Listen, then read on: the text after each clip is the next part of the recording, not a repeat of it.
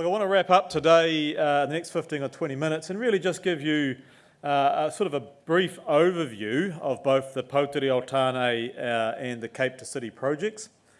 So today we've sort of talked about the big picture, and the next day, tomorrow, is really about the research and operations context. And so I'd just like to talk a little bit about the actual projects which have led to where we are now. So I guess, just can I ask a quick question? Who in this audience has actually heard a talk before on Cape to City? Hands up, please. Okay, great.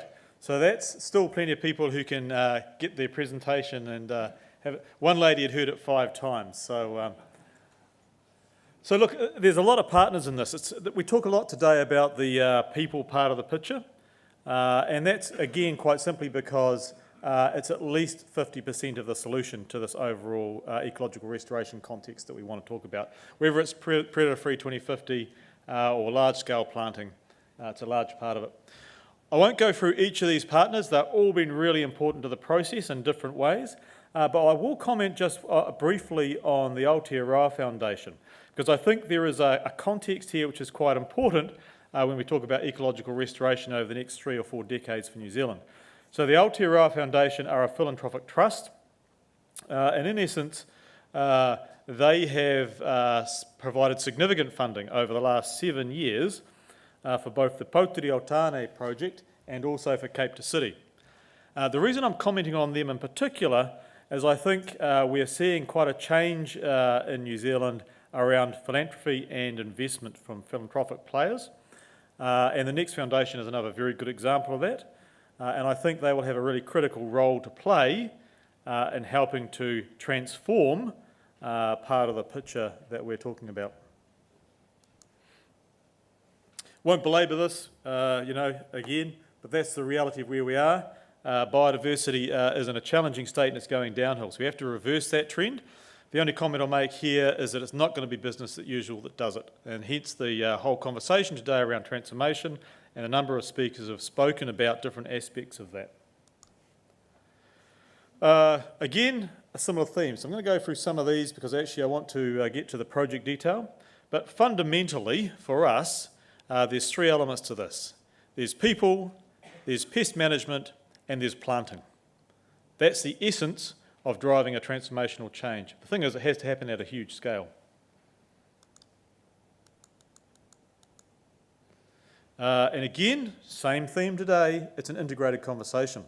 Whether it's urban areas or it's public conservation land or it's sanctuaries, noting the comment about the fences, Paul. For us, also a key part of this is our primary production landscape. Really important context, which Bruce commented on. So the Hawke's Bay region, for the last 17 years, we've had a very large-scale possum control program going on, and it's been going on in combination and alongside partners like Osprey, TB3 New Zealand. And that possum control is now in effect between ourselves and Osprey across around about 95% of the rateable land of this region. So we've had a farming community in possum control for actually a very long time. So you can see the Osprey TB3 stuff here, and most of the rest of this is council, now under council control. Some of it was previously Osprey. Here, when it ceases control of them, it automatically transfers over to long-term management by the community with council support and advice so that we don't lose the gains of the past 2 decades and investment. The question for us now is, we think it's possible to go from possums to integrate in these other predator pests. And we think we can do that, whether it's via the potential eradication on farmland and shifting resources because actually you've got no possums and you're shifting resources over to predator pests, or whether it's in the short term until we've nailed that, the suppression of possums but in a much more targeted way. So the current farming community investment annually in possum control is probably a significant overinvestment. If we can target that existing investment more effectively and free some of it up, we can transition to predator pests large scale in the region without necessarily having a massive additional bill for our community, because it's clear that that wouldn't be attractive to them. So that's the strategic shift that we're talking about making in terms of the Hawke's Bay region. And that's the template which Poutiri, Tāne and Campbell have been seeking to unlock. For those of you that are involved a lot in pest operations, and many of you here will be, there's really two distinct phases. There's the first knockdown, the initial knockdown, which is usually reasonably expensive. And then if you're not in an island scenario or an eradication scenario, you've got a long-term commitment to keeping those pest numbers low, because if you back off, they'll come back over time. So this is the initial predator control. That's that. And that's the long-term management context. Now the problem we've got is that if you look at predator control, at least in farmland, from our point of view, the cost of predator control annually is way too high for our farming community to sustain. So in perspective, the possum control program is around about $2 per hectare per annum for your average farm. Broad numbers across 700,000 hectares. If you were generous, you might argue you could do with the current scenario how we do predator control somewhere between $8 and $12 per hectare. The farming community won't wear it, and nor should they, because the costs would well exceed the benefits. So the intention has been to get the cost of long-term maintenance control of predator pests down very low, so that you can then make the transition from not just possums, but to these other pests. The other comment I would make, and I think this is a really important one for New Zealand Inc., and that's that there.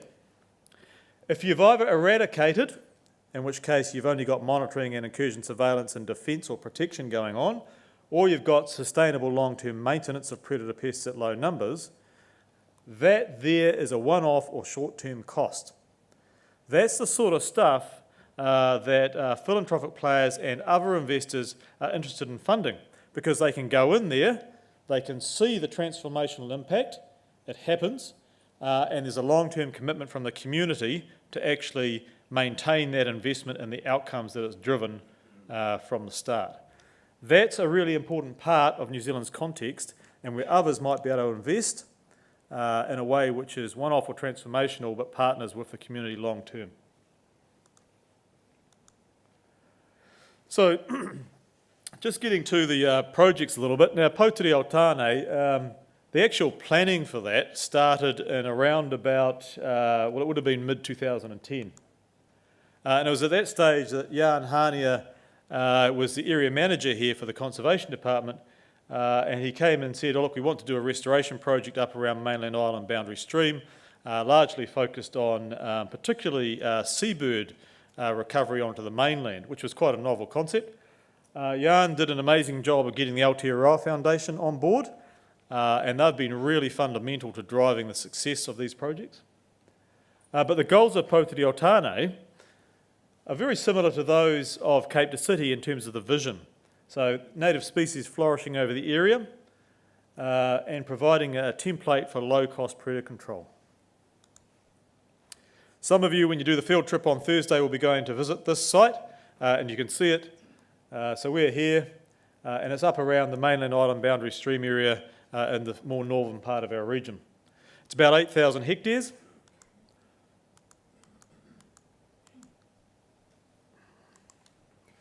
And so that has had predator control done, which started actually physically on the ground in 2011. And fundamentally, it was about, actually, is it even technically possible to do very low-cost farmland predator control? Because if we couldn't do it at a very low cost, there really wasn't going to be a conversation on doing it at all, because it was unlikely that the community, and particularly the farming community, would be prepared to wear the cost. It also included, and we've been very fortunate across the course of these projects to have Landcare Research as a key partner, and so there's been a lot of work in terms of outcome monitoring in particular, and Poutiri, Tāne, it's been around invertebrates and skinks and lizards.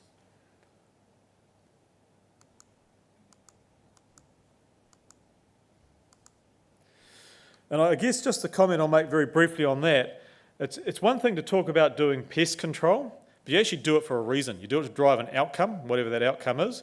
And so if you step sort of 5-10 years down the track, there's a whole conversation which will be going on at a political level around funding for these sorts of things, and the ability to tell the outcome story, i.e. what actually happened in the environment or socially or culturally as a result of the work we've done, is actually the story of our relevance in the funding conversation. So this outcomes-based stuff and the research around that for farmland is actually very important. We've also got, and you'll see this when you go up there, we've got a very large trial on self-resetting traps. They're looking to be very, very useful in terms of large-scale sustained rat suppression. There's been a lot of releases and a lot of work done, and I'm just going over this very quickly, particularly in the ones you can see there, Kaka, Kakariki. We've done Poutiri releases. Now, not all of these, actually the Poutiri release, quite frankly, wasn't what I would call a huge success story. We learned some lessons from that, both around how we integrated things together as a team, and also some of the technical detail about actually what happened with the release. But also very important in this has been engagement with the hapu. Mangahuru Tangatu in particular have had a strong lead in this, and Trevor Taurima will talk tomorrow in a lot more detail about Poutiri o Tāne from a cultural perspective for the project. But actually, Poutiri o Tāne led to Cape to City. So we've been in this now effectively for 7 years.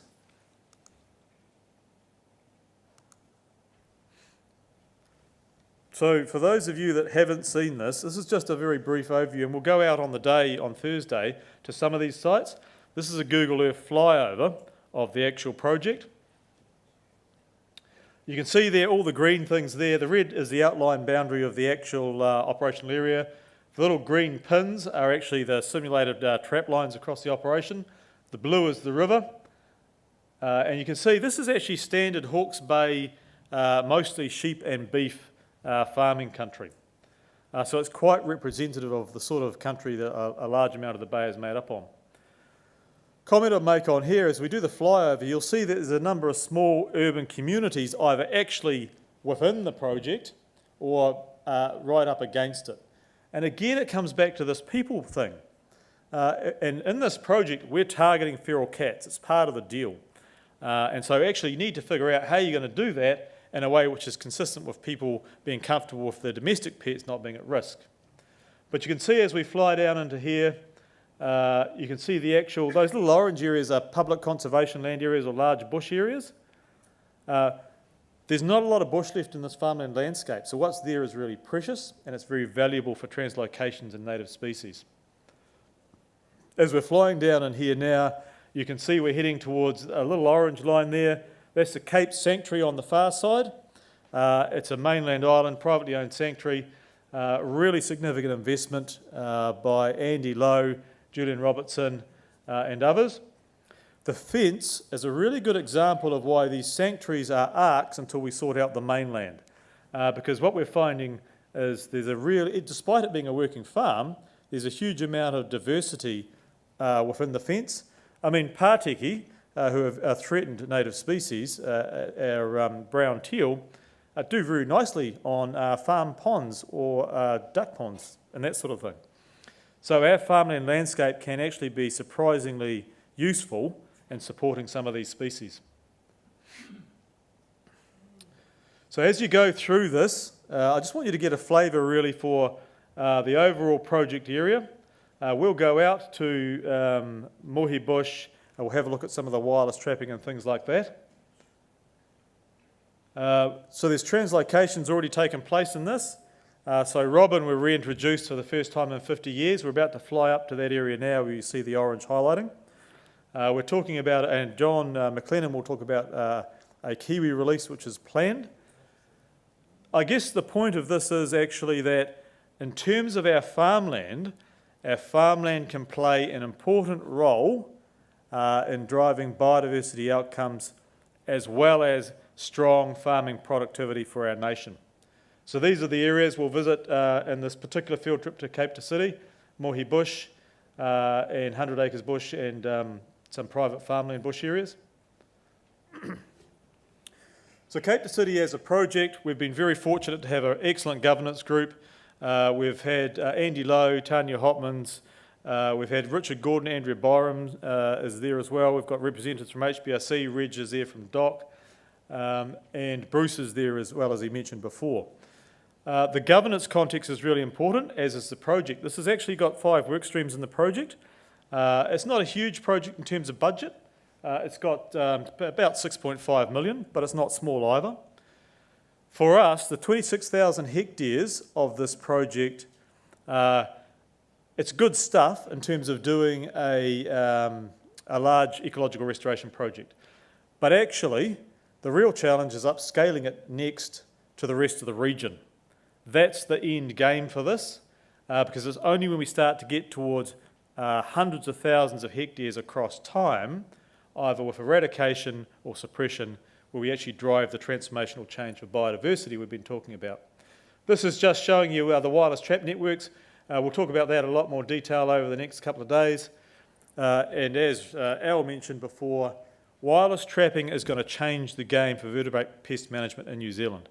It will absolutely do that, and it'll do it over the next 5 to 7 years, depending on our level of investment and speed. And this is, I won't get into a whole lot of detail here, but we're working very closely with Simon Croft and Counter Solutions and the Celium network. The thing about wireless is, firstly, it strips out potentially a huge amount of their cost, but it totally changes your conversation with the farmer. So let's say you go to a farmer and you say, oh, there's 100 traps on your farm. John, hey, we'd love you to come along and join us on this predator control journey and this vision. And you have to go around these traps every 4 to 6 weeks, which is current best practice. That's actually a really significant commitment for someone where it's not their primary course of their business. Yep. But if you go to them and you say, hey, there's 100 traps on your farm, when predator densities are low, you might have to go around 10 a month, and you'll know where they are, and they're close to tracks and areas you can access. It's an entirely different conversation. So wireless will not only strip out a huge amount of the cost and allow us to do bigger areas, it fundamentally will change the conversation. But we'll talk about that a lot more tomorrow morning with Bruce Warburton's talk. Won't get into these, we've talked about it. It's a reasonable sized project, reasonable sized complexity. I'm fortunate to have an incredible team of people. The total project team is around about 18, and that includes the hapu members who are joining us and have joined us along the way and make a huge contribution as well. You'll actually hear about the research tomorrow, so again I won't get into that. This slide was just to give you a flavour. On average in the last 3 to 4 years we've been running between probably 14 to 16 individual research projects per annum across a whole range of things, from the social science, which is absolutely critical to this, to the outcomes, which is the story of why you're there and what you're doing, through to the operational optimisation, about how do you do things at scale but a whole lot smarter. That's a whole range of research. So look, I just really wanted to say in closing, that's an overview of the projects. We'll learn a lot more in the next couple of days about them. We really believe very strongly that we have to change how we think about what we're doing. Business as usual won't get us to where we need to be, and that's why the flavour of the talk and talks today has been strongly inclined that way. We also believe that there's significant biodiversity gains you can make on farmland. And the final theme, very common theme for a whole day, it's as much about people as it is about pests. And so look, I'd just like to thank you. I hope you've enjoyed the first day of the big picture. And before I invite Tirata up to wrap things up, and then we'll do our karakia, I believe, I'd just like to say thank you very much for making the time to come here, and I look forward to the next 2 days with you. Thank you.